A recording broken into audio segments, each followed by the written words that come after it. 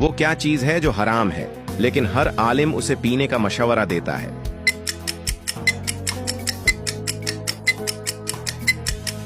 इसका जवाब है गुस्सा। वो क्या है जिसे बनाने में बहुत वक्त लगता है लेकिन टूटने में एक लम्हा भी नहीं लगता?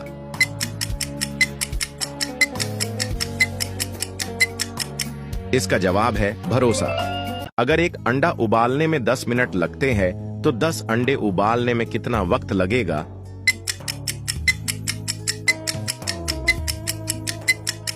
इसका जवाब है 10 मिनट। एक कुएं में 9 मेंढक थे। एक मेंढक मर गया तो कितने मेंढक कुएं में बचे?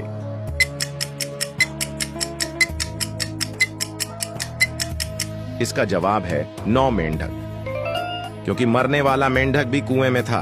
वो कौन सा जानवर है जो पानी में रहता है और अपने बच्चों को दूध देता है?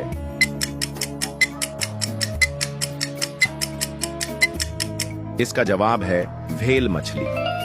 वो कौन सी चीज है जो बिना पर के उड़ती है, बिना मुंह के बोलती है और बिना पांव के चलती है?